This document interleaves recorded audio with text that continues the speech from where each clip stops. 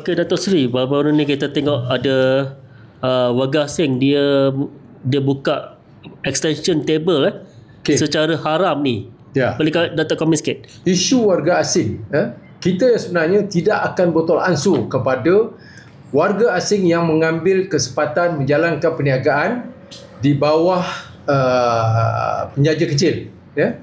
Kita nak supaya pihak Dewan Bandaraya Raya hari ini lebih memfokuskan kepada mengambil tindakan kepada warga negara asing yang menjalankan perniagaan di seluruh, saya tengok di wilayah Persekutuan ni banyak ada, di setiap parlimen ada, Segambut ada, Seputih ada, Ceras ada, Pudu, Ceras Pudu. Dan kita tengok di Cauket, kita tengok di Selayang terutamanya dah jadi perkampungan mereka. Apa tindakan Dewan Bandaraya buat hari ini? Kalau hari ini kita boleh mengambil tindakan kepada warga tempatan, kenapa tidak kita mengambil tindakan kepada warga asing ini?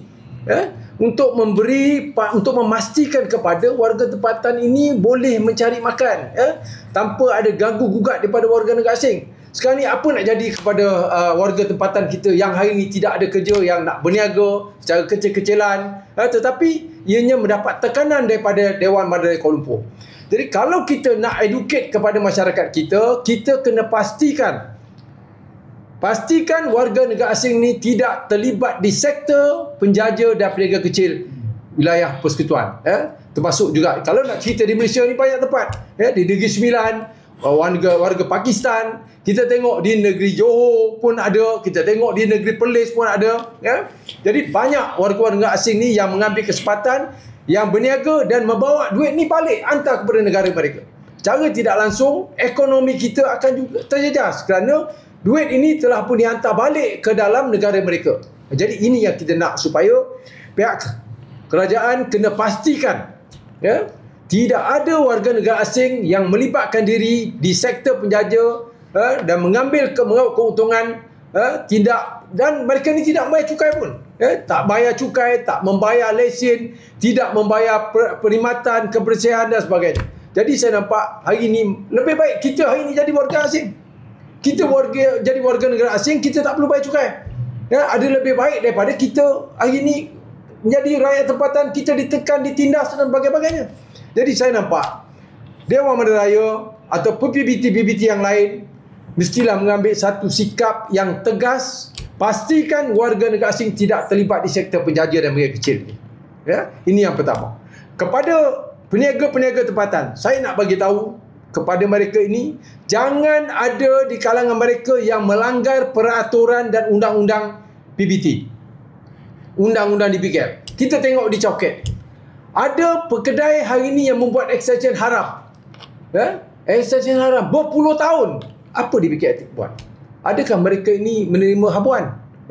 Jadi perkara-perkara ini kena lihat. Kalau kita nak melaksanakan undang-undang, kena laksanakan undang-undang yang betul. Jangan ada pilih kasih. Ada di kalangan peniaga yang rumah kedai besar tetapi dia boleh buat extension sampai 30 kaki. Saya boleh tunjuk di mana. Di BKL bahagian enforcement datang jumpa dengan saya boleh tunjuk di mana kawasan yang saya masuk ini. Sehingga hari ini tak ada pun diroboh. Kenapa perkara ini dibiarkan? Mungkin ada habuan yang telah diterima berpuluh tahun. Kalau penjaja kecil you boleh roboh, tapi peniaga-peniaga yang lain yang pasang struktur ni, yang haram ni, hendaklah diambil tindakan. Banyak ada dalam wilayah persekutuan hari ini yang membuat kerja-kerja yang memasang struktur haram ni, yang tidak mengikut spek, tak submit pun kepada perkhidmatan bandar. Bagaimana nak dapat kelulusan untuk membangunkan struktur haram ini? Tak ada kelulusan. Kenapa tak diambil tindakan? Jadi perkara-perkara ini kita kena adil kepada semua. Kalau kita boleh kata Melayu anak kita, Cina anak kita, India anak kita, kenapa kita pilih antara undang-undang ada mempunyai 2 darjat? Kita kena mengambil tindakan sama. Kita tak kira Melayu, tak kira Cina, tak kira Iban, tak kira dia orang Sabah ke siapa pun, you langgar undang-undang, you kena ambil tindakan. Jangan pilih kasih. Ini yang saya nak nyatakan kepada DBKL. Buat kerja kena ada keikhlasan. Jangan hari ini memihak. Buat kerja tekan kepada warga orang Melayu saja.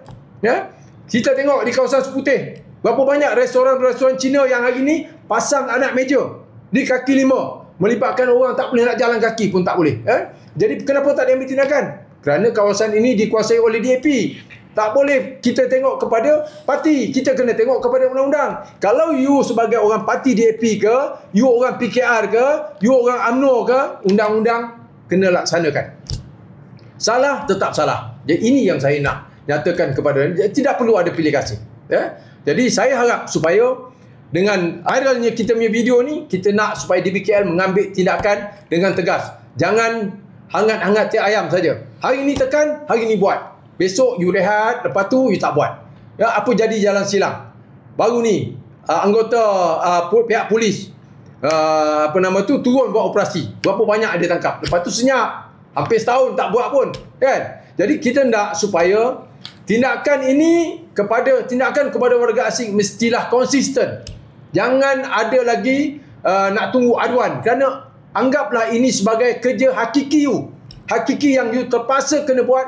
Bertanggungjawab, pastikan negara berada dalam keadaan aman dan pastikan orang-orang tempatan ini boleh berniaga dalam keadaan selesa.